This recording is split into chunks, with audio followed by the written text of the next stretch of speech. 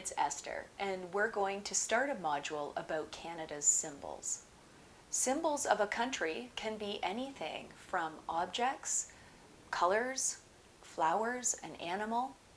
Think of your own country and the symbols or colors that may appear on your flag or on buildings at home.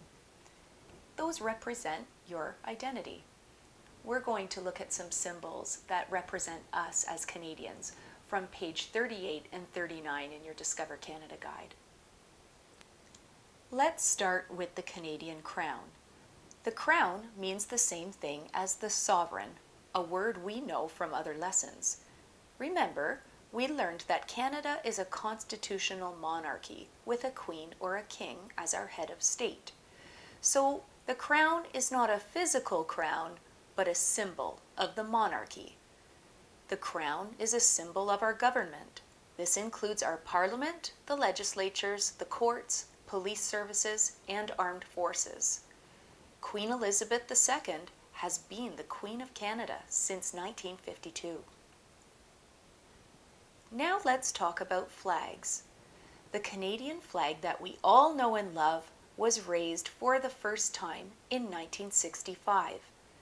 The red and white pattern comes from the flag of the Royal Military College in Kingston, Ontario. Red and white were colors of both France and England and have been the national colors of Canada since 1921. Canada's royal flag is the British flag, which is called the Union Jack. Before 1965, Canada's flag was called the Red Ensign, and you can see the Union Jack right up in the corner of it. The provinces and territories all have their own flags with symbols that represent their land and traditions. You can see these flags by watching Module 1, or you can find them in your guide on pages 46 to 51. Okay, so here is a very familiar symbol, the maple leaf. Maple leaves were adopted by French Canadians in the 1700s. We see them on uniforms, and of course we see maple leaf on our flag and on many government documents. Maple leaves are also carved onto the headstones of soldiers who died in wars and are buried overseas.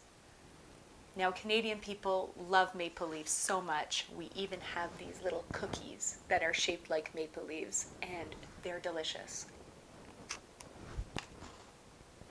Let's also look at the picture on page 38 in your guide of the airplanes. This is an air demonstration squadron called the Snowbirds, and they fly small jets in daring formations at special events. Another symbol from the plant world is the fleur de lis, a French word for a lily flower.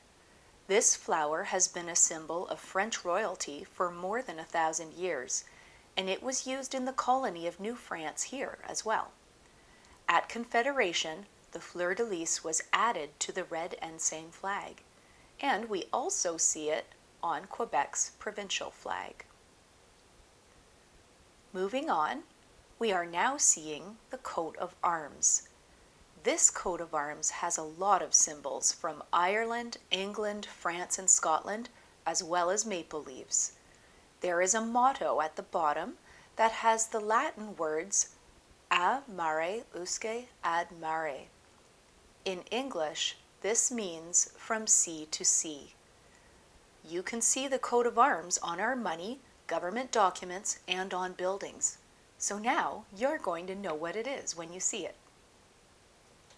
If you have a chance to go and visit the Parliament buildings in Ottawa, you'll see a lot of the symbols that we've already looked at here.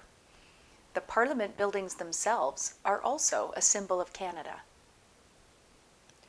The architecture, the windows, and the sculptures all reflect the English, French, and Aboriginal tradition. The buildings were completed in the 1860s, but there was a fire. Most of the buildings were rebuilt in 1922. The Peace Tower, which is the tall part with the clock on it, it was completed after World War I. There is a special room at the top of the tower where you can see the books of remembrance. The names of soldiers, airmen, and sailors who died in war are written in these books. On page 39, you do see the title Sports as a symbol in Canada, but I have already covered this area in a previous lesson about sports. But as a review, hockey is considered a symbol of Canada. It is Canada's national winter sport, and it is the most popular sport to watch. Canadian football, curling, lacrosse, and soccer are all popular sports in Canada too. Our last symbol for this lesson is Canada's official languages. As you already know, these are English and French. We've learned in previous lessons about how Anglophones and Francophones have learned to live together in partnership, sometimes even challenging each other, for the past 300 years. You also know that you must show adequate ability to speak English or French to become a Canadian citizen, so our languages are an important part of being Canadian too. We learned that Parliament passed the Official Languages Act in 1969. This was to make English and French more equal in the Parliament and the government. It was also to maintain and develop official language minorities, which means French, communities in Canada, and also to promote the equality of English and French in Canadian society. Now that you've learned about some of Canada's most famous symbols, look for them when you're out in the community. You'll see them on older buildings, on the money. You'll see them when you watch TV, or if you're out for a walk in nature. Okay, see you in the next lesson.